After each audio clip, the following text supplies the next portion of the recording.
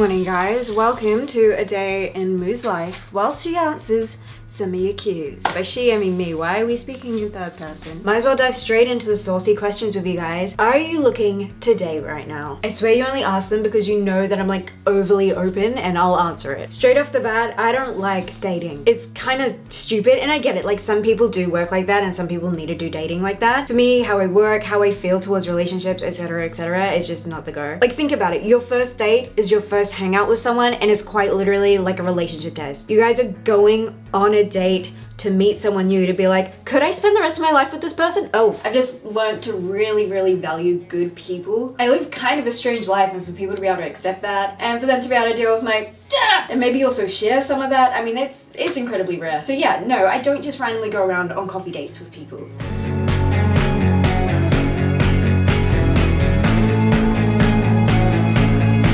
There's so many things that actually take time to learn about someone. When you first meet someone, you're not going to be able to learn that much about them within a couple months, especially if you're still living your own life. I guess that's why I'd want to be friends with them first. But also my friends kind of get to the point where they're like, oh, she's quirky, she's fun, but she's also the worst. It's not the fact that I can't do small talk. I can talk about rain for days and days on end. I think it's to the point where I go, bless God's sweet baby nipples for bathing us today. I think that's yeah, I'm the problem. But I'm also finally kind enough to myself to know that I shouldn't change. As long as I'm kind and I'm being a good person and I'm not trying to hurt anyone. I mean, people also put me up higher on a pedestal, especially now with the whole TikTok thing, and they don't actually see who I am. I'm pretty lame. I've never been overly cool. I've never been someone who's super popular or someone that people want to be friends with. And it's terrifying to know that so many people put me on pedestals. I am so boring. I sit, I drink Boost, and I press way too many buttons on the computer. Don't even get me started on my humor, if we can even call it that. It's very unconventional. And there's also days where my wit just doesn't show up to class and all I want to do is have 5 naps, always, constantly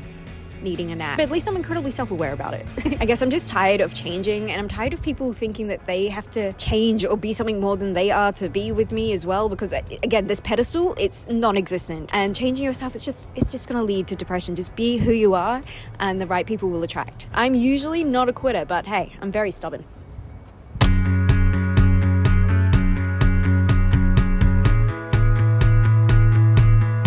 You know what's kind of funny? Everyone I've dated so far, without fail, at about the 3-month mark, they'll just casually drop the, I always wanted to date an emo girl or an alt girl. It's just casually whilst doing dishes. They don't think anything of it. And in my mind, I'm like, oh dear fucking God, I think I'm just a checkbox.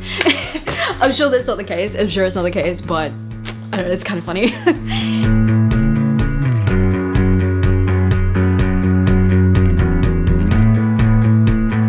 Girl can really ramble. Long story short, is she ready to date again? Technically, yeah, but only the right person. If that exists, I'm sure we all have that fucking criteria. But also they have to be able to handle my screamy, stompy ass and Snapchats. My own friends tend to not like me enough to be able to deal with those. They seem to just speed skip through them.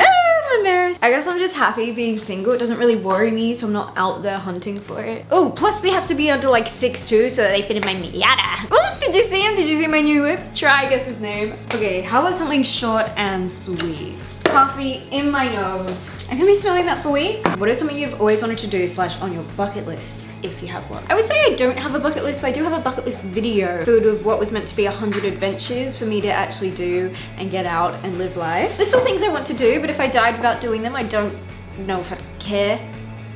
I mean, if we really want to get morbid with it, technically I would be dead, so I don't think I'd care about much at all. Oh, something I would love to do is go to a drift track or a race track. I think that'd be a lot of fun, and I'm thinking about maybe doing it for my birthday next year. I'm kind of surprised I haven't done it already, but I think I just really want someone to be able to go with. Someone that's also excited to be yeah, fuck yeah. Cars are my adrenaline of choice. Surprisingly though, never gotten a speeding ticket.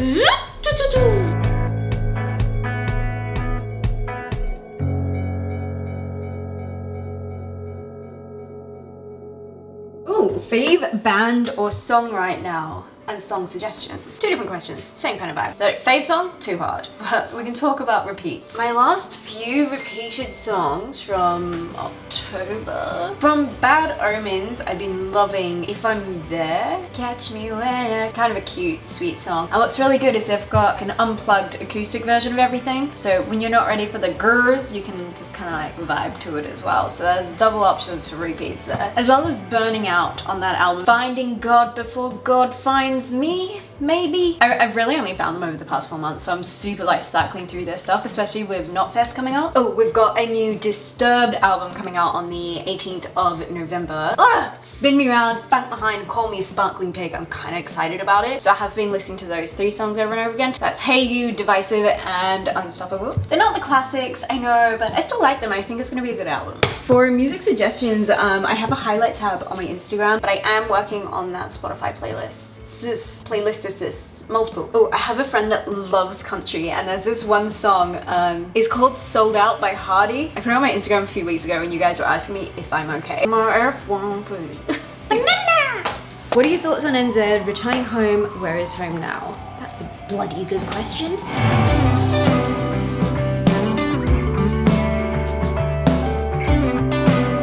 The past year and a half, it has really been weighing on me. I think because me going through something really hard, like getting super sick, there was this small part of me that just really wanted to run away and hide. Not what I ended up doing. There's still that very small part of me. It's like, God, it would just be nice to just run away, go play SSX Tricky in a dark room somewhere for the next 40 years. The thing is that I do know myself, and I know, okay, well, if I do give up, it's gonna catch up on me and I'm gonna get incredibly fucking depressed if I don't fight through this disease and continue building what does really seem like an incredibly unrealistic dream, but somehow it seems to be panning out. It really is terrifying the closer that you get to things. Also in another way, like you just see things unfold that you just never thought would. The fact that I get to work with cameras, I get to edit videos, and I get to combine that with the passion of music as well, which is just fucking insane. I honestly thought that 2023 was gonna be the year that I moved home. I was so unhappy at the start of this year, and I just kept asking myself the question over and over and over again since January,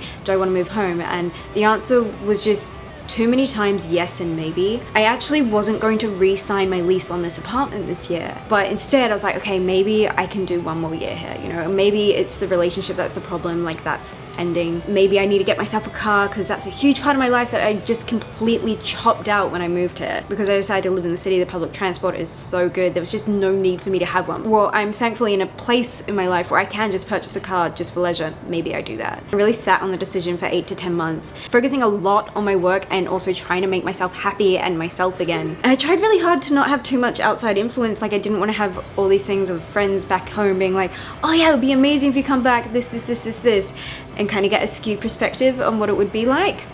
Keep that in mind because skewed perspective is definitely a key here. See, the problem is with me getting so stuck into my work and actually becoming a happier person, of course, life here started to change up. I started to get really good friendships, even though they might potentially move away next year. So my business, my career started actually fucking growing tenfold. And though it's great that my business was growing, it also came with a lot of pressure. And I think I kind of got to the point of self-sabotage. So I decided I would just buy a one-way plane ticket home.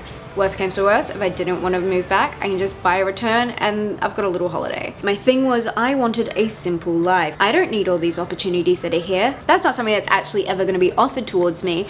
So yeah, I was moving back to a country where it was okay for me to fail because the opportunities weren't there. So if I failed, it wasn't my fault. Yeah, guys, it's safe to say that I was a little bit burnt out.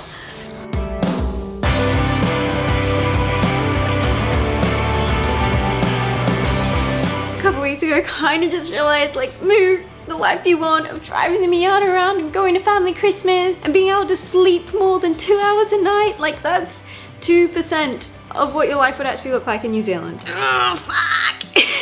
It sounds like I want a holiday, not a new life, because that's just not life. That's more unrealistic than the life I'm trying to build here. I think the Christmas thing's like a huge thing. Like, my Christmases here have been pretty depressing. As a kid, I think it was like my one good day a year where like family was all together and we pretended life was good and normal. It was hard to come here and just be alone. I got better with my anxiety and then I moved somewhere where there weren't any people and I just want to experience these things with people. But then also knowing that if I worked in New Zealand, it would be in retail and I probably wouldn't fucking get Christmas off anyways. Where here, if I work for myself, eventually I can just fly back home for Christmas. Maybe.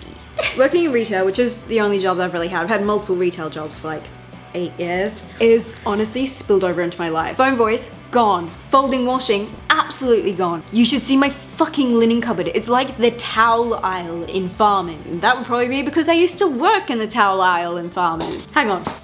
Like, who in their right mind folds things like this? Also, don't ask why I have so many, especially considering the fact that I only have about 2 towels, but don't worry! If all the towels are dirty, I have enough flannels for about 2 per limb. Anyway, essentially, I may have fainted last Wednesday before, I don't know. And it's kind of like, oh shit, yeah, I'm not sleeping enough and I'm not looking after myself. And I think my solution to that is just running away from this life and creating a new one. Absolutely not. I mean, I've worked so many years to try and have my own business and to be doing this. I think taking a couple days off or taking a couple weeks off to have a holiday, probably more of a logical decision than just flipping my whole life around because I'm terrified of failing. So it's fun where my stubbornness lies, because like arguments, absolutely do not do them. But with myself, I am incredibly stubborn. So yeah, at least I'm self-aware. And I think the weird thing is that I've just never been life burnt out before, so I just didn't know what that felt like or looked like, because I actually genuinely love doing what I do. Doing freelancing stuff, getting into shooting music videos, like all that stuff is so amazing. I'm having so much fun doing it, and I just wish I didn't have to sleep so I could just do it 24/7. Let's pack up these Depop orders, shall we?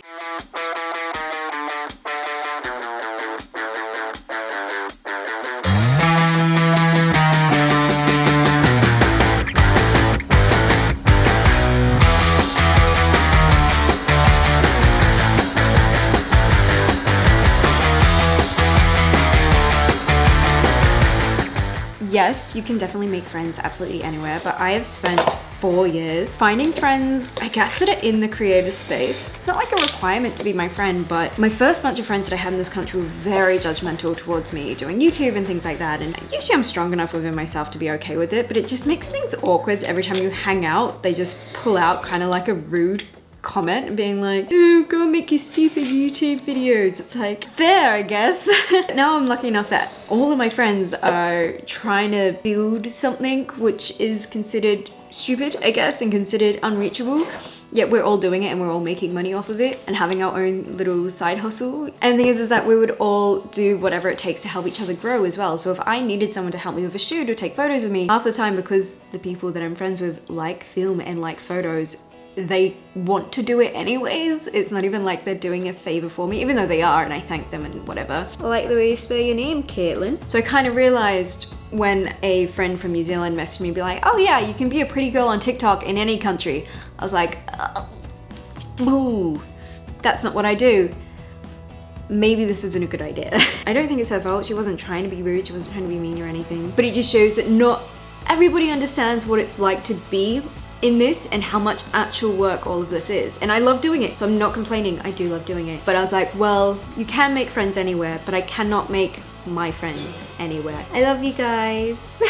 And the people around you are your most influential people. So if you surround yourself by people that are hustling and growing in the same career as you, it does help thrust you forward even faster. If someone has creative block or like they're down on themselves, we're all like, man, you fucking got this, like you're the fucking best, man, you're the fucking shit. We're all each other's biggest hype mans, which I think is fucking adorable. Plus, how am I gonna be able to go on my yearly Airbnb chill music creative trip if I don't have my creators around me? You know what it is? That'd make me fly back once a year to go up to the glass house with them. You do truly need supportive people around you, otherwise, bro, you just fucking fall off. You just lie on the kitchen floor crying. Been there, done that, still doing it. Currently doing it right now, actually. I've cloned myself to make sure that there's always one of me in the kitchen crying.